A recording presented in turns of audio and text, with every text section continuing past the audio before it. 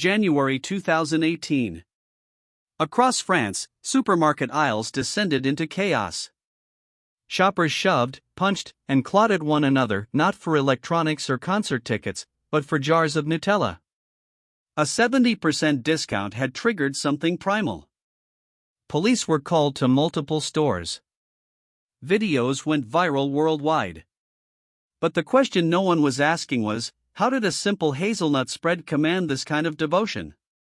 The answer begins 73 years earlier, in the rubble of World War II, with a man who had almost nothing. Pietro Ferrero was a pastry maker in Alba, a small town in northern Italy's Piedmont region. The year was 1946. Europe was starving. Chocolate, a luxury import made from tropical cacao, was nearly impossible to find.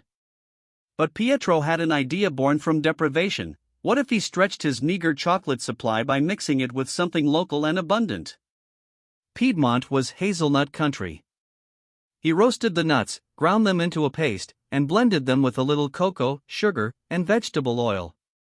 The result was pasta gianduja, a solid block you could slice like cheese. It wasn't chocolate. But in a world with no chocolate, it was enough. Pietro's son, Michel Ferrero, saw further. By 1951, Michel had taken over the family business. He realized that a solid block was limiting, hard to spread, hard to use.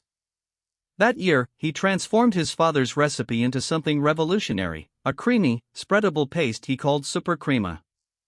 Italians could now swipe it onto bread for breakfast. It was affordable, delicious, and filled a gap left by rationing. Supercrema spread across Italy. But Michel wasn't satisfied. He wanted a name that could travel, that could transcend borders. In 1964, he found it. Michel Ferrero christened his creation Nutella, a blend of the English word nut and the Italian suffix ella, suggesting something sweet and feminine. The iconic jar debuted with a simple, bold label. Nutella wasn't just a product, it was a brand identity. Within a decade, it had conquered Europe. By the 1980s, it was global. Michel Ferrero himself became one of the wealthiest men in the world, yet he remained famously reclusive. He gave almost no interviews. He avoided photographs. His empire grew in the shadows, built on a single, sticky secret. By the 2000s, Nutella was marketed in the United States as part of a balanced breakfast. Television commercials showed wholesome families spreading it on whole wheat toast alongside fruit. But in 2011, a California mother named Athena Hohenberg filed a class action lawsuit. She argued that Ferrero had deceived consumers. Nutella contained more sugar and fat than many candy bars. It was dessert, not health food. In 2012, Ferrero settled for $3 million, agreeing to change its advertising. The company never admitted wrongdoing, but the message was clear: the spread born of scarcity had become a symbol of excess. Michel Ferrero died in 2015, at the age of 89. At the time, Forbes ranked him as Italy's richest man, with a fortune exceeding $20 billion. Yet even in death, he remained enigmatic. Colleagues described him as obsessive, demanding perfection in every jar. He had expanded the Ferrero empire far beyond Nutella, Ferrero Rocher, Kinder, Tic Tac, but Nutella was always the heart. He had turned his father's desperate wartime invention into a global addiction. And he had done it without ever stepping into the spotlight. Michel's life had been marked by grief.